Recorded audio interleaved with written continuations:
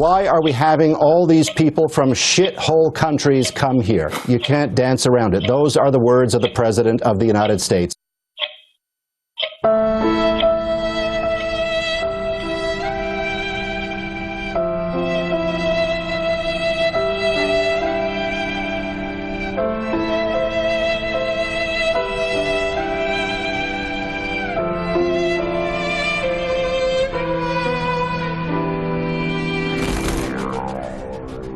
Países de mierda, ¿recuerda? Parece que para Donald Trump no es un chiste ni juego, sino es de terror ver cómo su piel blanca se ensucia. Pero el problema de terror más grande es que su xenofobia se está contagiando.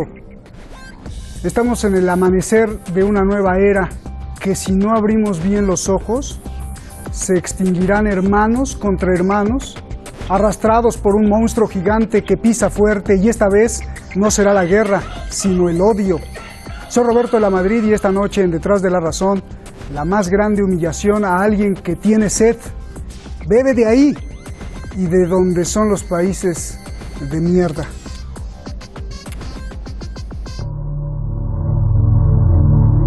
¿Quieres agua?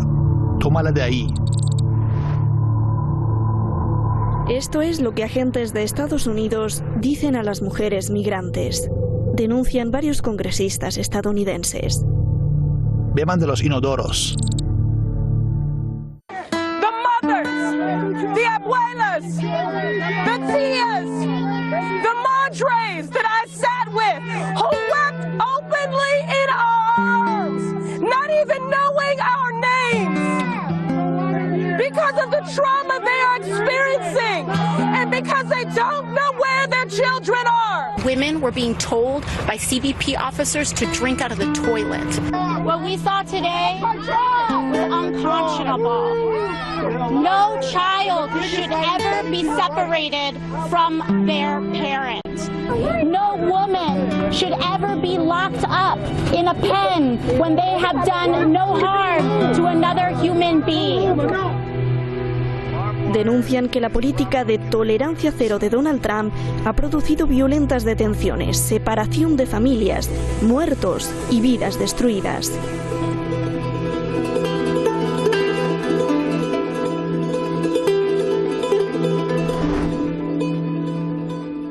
El racismo de Trump se está reproduciendo. Una investigación de ProPublica encontró en Facebook un grupo secreto de más de 9.000 agentes y exagentes de la patrulla fronteriza donde se burlan de la muerte de los migrantes. Piden lanzarle burritos a los latinos. El jefe de la patrulla fronteriza explica que sus policías están un poco nerviosos. We're professionals. We're dealing with a crisis right now. Over 680,000 apprehensions so far this year. Agents are under a great deal of stress. Y cuando los activistas denuncian estas atrocidades, los atacan. Scott Warren podría pasar 20 años en la cárcel por haber dado agua, comida y ayuda humanitaria a los migrantes que cruzaron la frontera hacia Estados Unidos. While I do not know what the government has hoped to accomplish here, I do know what the effect of all this has been and will continue to be. A raising of public consciousness, a greater awareness of the humanitarian crisis in the borderland, more volunteers who want to stand in solidarity with migrants. Amnistía Internacional denuncia la persecución a los defensores de los derechos de los migrantes. La denuncia es contra Estados Unidos y también contra México. Now, what this means is that activists, lawyers, humanitarian volunteers, including a clergy member, have actually been swept up in kind of a criminal dragnet while the Trump administration has been in very high profile and in plain sight, waging a deliberate campaign of human rights violations against migrants and asylum seekers for the entire duration of its administration. Now it's started to target those who are assisting them. Y es que cualquier persona con un gramo de humanidad tiene que alertar y protestar por las condiciones en las que Donald Trump tiene a los migrantes.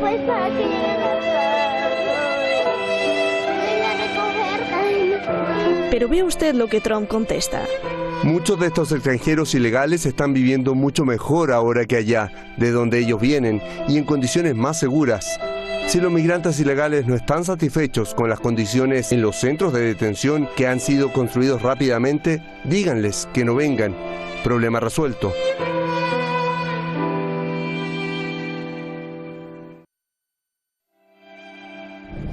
¿Vio usted los dibujos de los niños dibujando su propia situación? Trágico. Muchas gracias al equipo detrás de La Razón, a todos los investigadores, artistas que tenemos. El videogol lo va usted a ver, está muy emotivo, ojalá lo pueda usted contemplar también ahí en YouTube.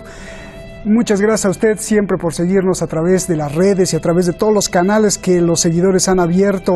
Hoy tengo el placer de presentar a dos periodistas muy importantes, por supuesto dos voces diferentes, que de eso se trata. Antonio Ruiz, periodista allá en Chicago. Antonio además es productor de un gran programa que está haciendo mucha fama y mucha ayuda sobre todo a todos los latinos, de Mi Gran Hermano y Sin Censura. Muchas gracias, Vicente Serrano, gracias por estar con nosotros de alguna forma. Antonio Ruiz, gracias por enviarnos las fotografías de estos dibujos de los niños. José Luis Urosa, un abogado muy puntual en Madrid, usted ya lo conoce, siempre con atinadas y también brillantes explicaciones. Gracias a los dos. José Luis, comienzo contigo. A ver, es de película de terror, ¿no? Bebe del retrete. Toma agua del inodoro si tiene sed. ¿Qué estamos viendo y viviendo? Tu análisis, por favor, José Luis. Pues estamos viendo una situación que deriva de una migración masiva, que se está produciendo fundamentalmente por causas económicas, por hambre y pobreza, y consecuencia de eso, efectivamente, son las condiciones probablemente no satisfactorias en las que se encuentra la población que está en los centros de detención. Cuando se producen migraciones masivas es completamente imposible atender a todos de una manera razonable y es completamente imposible llevar a cabo una política siquiera cercana a algo relativamente digno. No obstante, a lo cual, pues he de decir que cualquier barbaridad y cualquier exceso que se haya cometido en la materia debe ser perseguido con toda la fuerza de la ley, porque el migrante que no tiene derechos políticos ni económicos en los países que le reciben, por cuanto no es ciudadano ni cumple los requisitos legales para poder estar en el país al que llega, sí es evidentemente un ser humano y como tal debe ser tratado de acuerdo con todas las declaraciones y convenciones que hay en la materia sobre derechos del hombre y del ciudadano. A mí me parece que lo importante es el respeto a la libertad, a la dignidad del hombre y a la integridad de la persona, y por tanto cualquier cosa que exceda e invada los límites de los que estoy hablando me parece una barbaridad que debe ser perseguida con toda la fuerza de la ley. Aquellos canallas o viles que hayan hecho o dicho tales cosas deben ser perseguidos y castigados. Cosa diferente es que ningún país ahora mismo, ni de la zona ni de otras zonas, puede recibir una inmigración masiva que en muchos casos se trata de personas con mafias organizadas.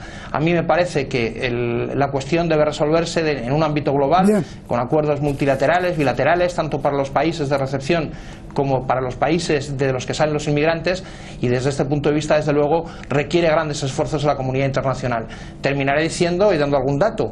En este momento en Estados Unidos el 73% de los inmigrantes que tiene son inmigrantes legales. Hay 11 millones, cerca de 11 millones, un poquito más, 11,1 millones de inmigrantes no autorizados, hay 1,7 de inmigrantes legales temporales, 11,7 millones de residentes permanentes y 19 millones de nacionalizados.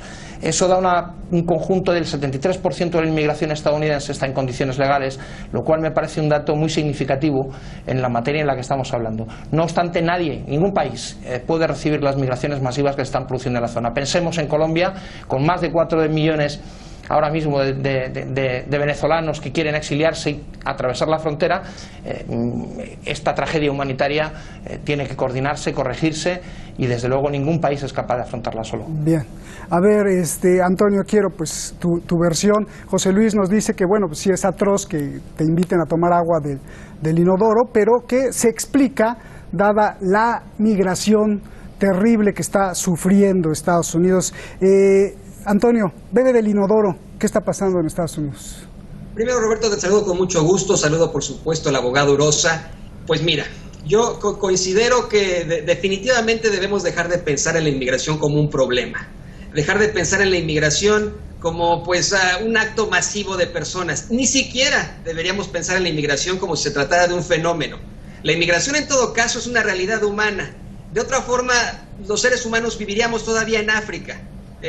Creo que la inmigración es la perfecta condición evolutiva para los seres humanos. Y las migraciones masivas se han dado desde siempre.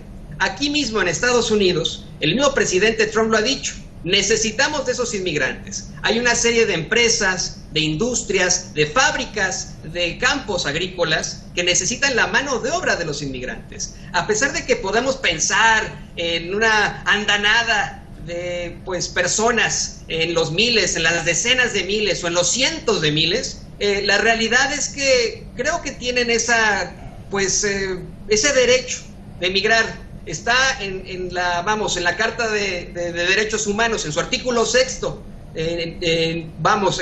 Ninguna persona, esa parte en la que se le habla a las personas como si se tratara de ilegales, pues no son ilegales para nada, ¿no? Es una persona no puede ser, no tiene esa condición de ilegal, está en ese artículo 6º, tiene personalidad jurídica en cualquier parte del mundo. Ahora también ese artículo 12, si no me equivoco, o 13, nos habla de pues cómo un ser humano puede elegir su residencia, su lugar para vivir. Lo que está pasando aquí en Estados Unidos es absolutamente político. Tenemos un presidente que utiliza a los inmigrantes como moneda de cambio y se está presentando precisamente ahí en esos centros de detención que la congresista hispana más joven de toda la historia, Alexandra Ocasio-Cortez, considera son campos de concentración. Yo creo que no está muy lejos de la sociedad, de la realidad, y lo digo con muchísimo respeto para el pueblo judío.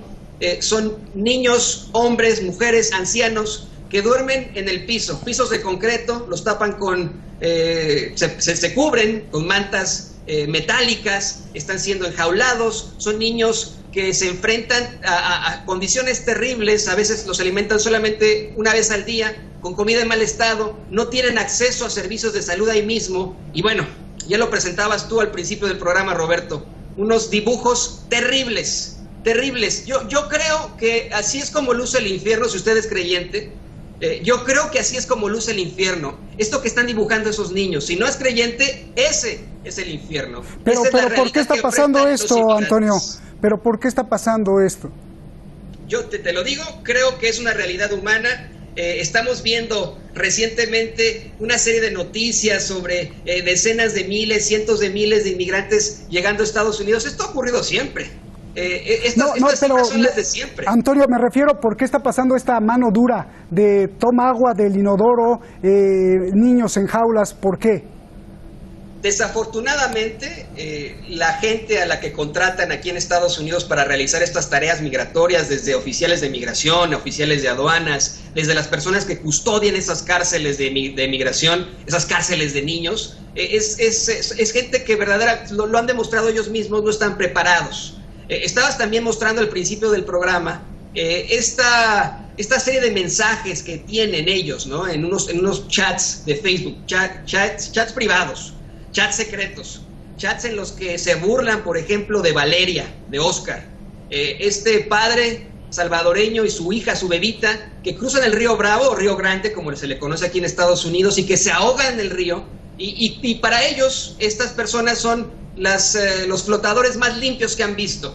Es desafortunado que ante esta necesidad de una nueva política migratoria, el gobierno de Donald Trump no se dé abasto y tenga que contratar verdaderamente a cualquiera. Evidentemente aquí en Estados Unidos, con todo y este pasado lamentable que ha vivido de esclavitud, de faltas a los derechos civiles, de segregación y verdaderos movimientos fuertes contra todo eso, evidentemente en Estados Unidos persiste esa idea de racismo, persiste esa idea de que la raza blanca aquí es la que tiene la prioridad. Un hombre mayor de 30 años de raza blanca siempre será escuchado aquí en Estados Unidos. Desafortunadamente lo demás no cuentan tanto a nivel gubernamental, y por eso tienen a ese representante, por eso tenemos como presidente a Donald J. Trump. Bien, O sea que si se mueren en el río Bravo, pues no importan, pero si fueran blancos, quién sabe, ¿verdad, Antonio? A ver, José Luis, una réplica de lo que me dice Antonio, y yo también te quiero preguntar, a mí la respuesta de Donald Trump, pues me enfurece, ¿no? Porque los niños en jaulas, los migrantes arrestados en esos centros de detención, dice Donald Trump que están mucho mejor que en los países de donde vienen, y si no les gusta, pues no vengan, así o más humano. ¿Qué dices, José Luis? Yo es que hay varias cuestiones que se están sustanciando y que me parecen de trascendental importancia. Nuestro contertulio acaba de formular un principio universal y esencial que procede del derecho de gentes y de Francisco de Vitoria, que es el precedente más inmediato y el que ha fundamentado todo el desarrollo del derecho internacional público, y es que la libre circulación de personas por el mundo es un derecho humano, pero es un derecho humano individual. No existe un derecho a la migración colectivo, y por tanto la cuestión debe enfocarse desde un punto de vista individual. El hecho, como decía nuestro compañero y contertulio, es que se están produciendo migraciones masivas y que la migración es absolutamente imprescindible en casi todo el mundo y en casi todos los países, porque con los índices de natalidad cada vez menores y con los índices de mortalidad cada vez mayores es inevitablemente necesaria la inmigración. Ahora bien, la inmigración debe producirse con dos requisitos fundamentales: de una forma ordenada y de una forma atendible. Cualquier migración masiva que sitúe a millones de seres humanos en la frontera de un país para traspasar las fronteras de ese país son inasistibles a priori y a corto plazo. Dicho esto, cualquier condición infrahumana a la que se esté sometiendo a aquellos que no están en condiciones legales en Estados Unidos no es que sean ilegales, es que no cumplen los requisitos para poder emigrar. Y los requisitos para poder emigrar en cualquier país del mundo ahora mismo, cójase el que se coja, son dos: permiso de residencia y permiso de trabajo. Si nosotros no somos capaces, si el mundo no es capaz de dar una respuesta, estoy de acuerdo con nuestro contertulio también en que deben elaborarse nuevas políticas migratorias, cualquier otra cosa será un desastre. Desde la ayuda a los países receptores, desde la ayuda a los países en origen y, por supuesto, medidas de orden público que tienen que producirse, porque si no sería imposible abordar la problemática de millones de seres humanos sin trabajo, sin casa y sin ninguna posibilidad de sobrevivir atravesando fronteras. Oye, José Luis, tengo que terminar diciendo una cosa muy importante. Estados Unidos es un Estado de Derecho. A mí me parece que tiene una justicia que funciona muy eficazmente y que estoy seguro corregirá cualquier exceso que se haya producido. Y terminar diciendo una cuestión que es muy importante, para que veamos las cifras.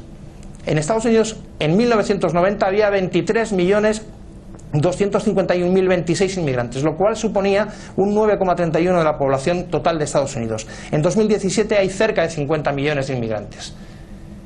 Lo que representa ahora mismo casi el 16% de la población de Estados Unidos.